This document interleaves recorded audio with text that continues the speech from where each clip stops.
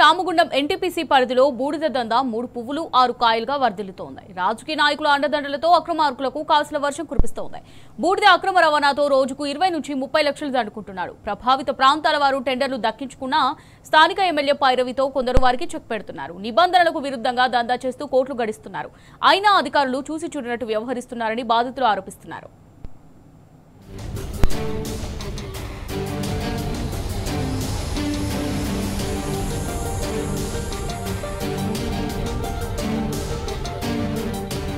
తెలంగాణతో పాటు దేశానికి వెలుగులు పంచుతున్న రామగుండం ఎన్టీపీసీ కొందరు అక్రమార్కులకు కల్పతరులా మారింది. ప్లాంట్లో బొగ్గును మండించగా వచ్చే బూడిద ఇప్పుడు కొందరు నిబంధనలకు విరుద్ధంగా క్యాష్ చేసుకుంటున్నారు. విద్యుత్ ఉత్పత్తిలో భాగంగా వచ్చే బూడిదను ఎన్టీపీసీ ఉచితంగానే ఇస్తుంది. ముందుగా పైప్ లైన్ ద్వారా కుందనపల్లి చెరువుకు బూడిదను పంపుతుంది. అక్కడి నుంచి బూడిద రవాణా జరుగుతుంది. అయితే ఇందుకు సంబంధించి ప్లాంట్ ప్రభావిత గ్రామాల ప్రజల నుంచి ఎన్టీపీసీ టెండర్లు పిలుస్తుంది. వారు మాత్రమే బూడిదను తరలించాల్సి ఉంటుంది. అయితే కొందరు స్థానికేతరులు అధికార పార్టీ అండదండతో దందా జోరుగా సాగిస్తున్నారు. స్థానిక ఎమ్మెల్యే పైరవితో టెండర్ దక్కించుకుని స్థానికులకు అన్యాయం చేస్తున్నారు.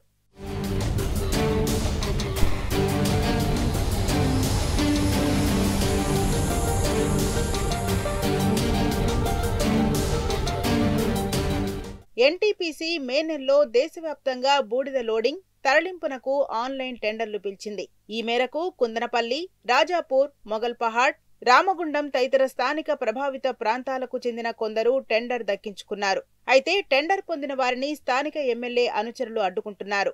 ఎమ్మెల్యే అండదండలతో దందా చేయనివ్వడం లేదు. ఈ మేరకు ఆ బాధితులంతా పోలీసులను ఆశ్రయించారు. అయినా ఫలితం లేకపోయిందని ఆవేదన వ్యక్తం చేస్తున్నారు.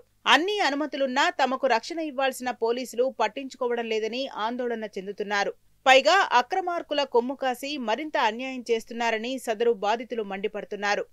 ఎన్టీపీసీ మొత్తం పర్మిషన్ ఇచ్చింది. ఆన్లైన్ టెండర్ నుండి సహా పేపర్లు ఉన్నాయి వీళ్ళ దగ్గర.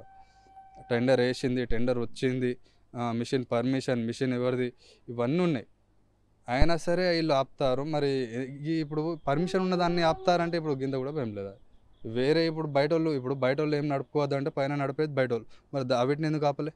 అధికార పార్టీకి చెందిన ఓ ప్రముఖ వ్యక్తి ఎవరిని లోడింగ్ చేయకుండా బూడిద చెరువులోనే మకాం పెట్టాడని బాధితులు ఫైర్ అవుతున్నారు. ఒక మిషన్ అనుమతి పేరిట 5 మిషన్లు నడిపిస్తున్నాడని ఆరోపిస్తున్నారు. బూడిద ద్వారా నష్టపోతున్నది మేము, ప్రాణాలు పోతున్నది మేము. ప్రతిసారి ఈ ఎమ్మెల్యేలు మాకు ఇస్తానుడు, మా ఊరికే వస్తాను, న్యాయం చెప్తానుడు, మళ్ళీ గెలిచిన తర్వాత మాకు మాట మార్చుడు, ఇదే జరుగుతున్నది. మాకు న్యాయం జరగాలన్నా మేము టెండర్ బరాబర్ ఆన్లైన్ టెండర్ వేసిన వాళ్ళం. టెండర్ని వాళ్ళ టెండర్ని అందరినీ కలిపి కూర్చుని మీరే అదే గ్రామ పంచాయతీలో న్యాయం చేయండి. మేము ఏ ఆఫీసులకు రాము, ఎవరి కిందికి రాము. ఎన్టీపీసీ కారణంగా తమ జీవితాలే నాశనమయ్యాయని బాధితులు ఆవేదన వ్యక్తం చేస్తున్నారు. నిత్యం బూడిద తింటూ జీవిస్తున్నా తమను కాదని ఒక్కరే దోచుకోవడం ఏంటని ప్రశ్నిస్తున్నారు. అధికార పార్టీ అండ చూసుకుని గ్రామస్తులను భయభ్రాంతులకు గురి చేస్తున్నారని మండిపడుతున్నారు. 100 ఎకరాలు ఎన్టీపీసీకి ఇచ్చినా తమ బతుకులు మాత్రం మారలేదని ఆవేదన చెందుతున్నారు. అన్నీ కోల్పోయిన తమకు న్యాయం చేయాలని కోరుతున్నారు. అనుమతులు పొందిన తాము లోడింగ్ చేసుకునే అవకాశం ఇవ్వాలని డిమాండ్ చేస్తున్నారు.